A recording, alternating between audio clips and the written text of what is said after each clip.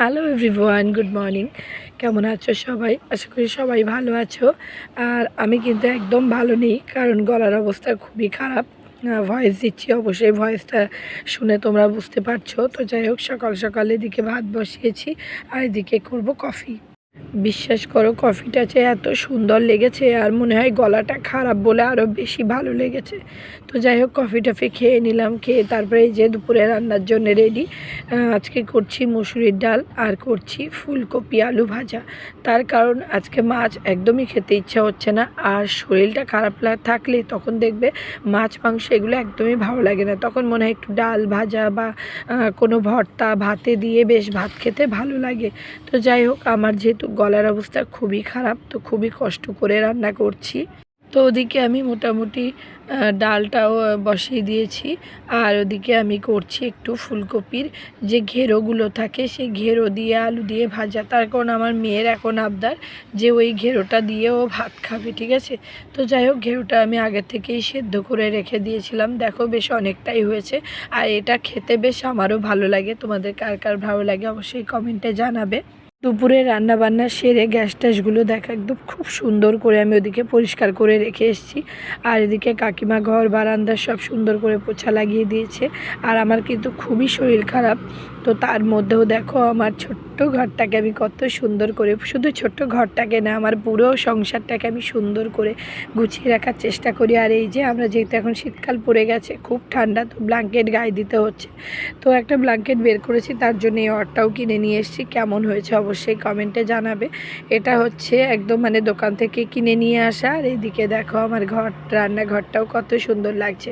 আর এত পরিমাণে হাওয়া দিচ্ছে না, পুরো প্রচুর ঠান্ডা লাগছে, তাই সব জানলা দরজা বন্ধ করে। তো আমরা দুপুরে খাওয়া দাওয়া সেরে নিয়েছি, সেরে এই যে দেখো আমরা অন্য একটা ব্ল্যাঙ্কেট নিয়ে শুয়ে পড়েছি। তো নতুন যে ব্ল্যাঙ্কেটের কভারটা এনেছি সেটা এখনও লাগানো হয়নি, তো তার জন্যে আমরা এই অন্য ব্ল্যাঙ্কেটটা নিয়েছি। আর এই যে আমরা দুপুরবেলা কিভাবে শুই সেটা একটু তোমাদেরকে দেখালাম। এই দেখো, দেখেছো একটা জিরো মানে বাল্ব জ্বলে, আর জানলা কিন্তু সব বন্ধ। তো মনে হয় আমরা রাত্রে ঘুমাচ্ছি, ঠিক আছে। তো এখন যদি সন্ধ্যাও হয়ে যায় না, তাও আমরা ঠিকঠাক বুঝতেই পারি না। তো যাই হোক, এইভাবেই আর কি আমাদের দুপুরে শোয়া হয়, ঘরটাকে একদম পুরো অন্ধকার করে। তো চলো দেখো, জাস্ট এই 5 থেকে 7 মিনিট শুয়েছিলাম মাম্মাকে ঘুম দেওয়ার জন্যে।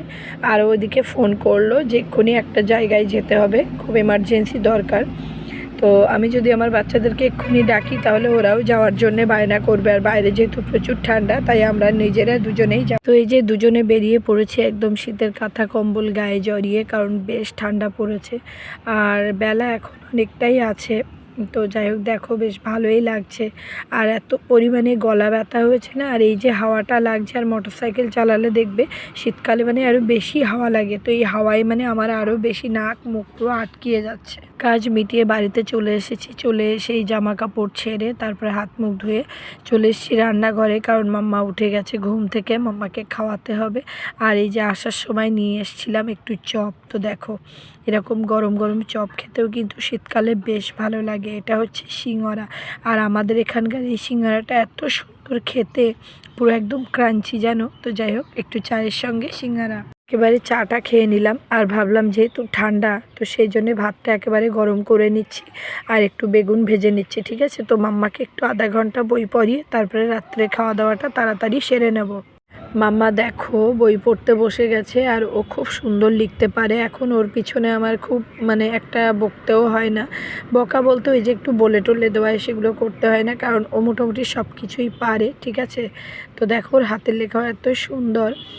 তো যাই হোক, শরীর খারাপ, তার মধ্যেও কদিন ভ্লগ দেওয়া বন্ধ ছিল, তো একটু মানিয়ে নিও। আর তোমরা সবাই আমাকে সাপোর্ট করো, আর ভিডিওটা বড় করলাম না।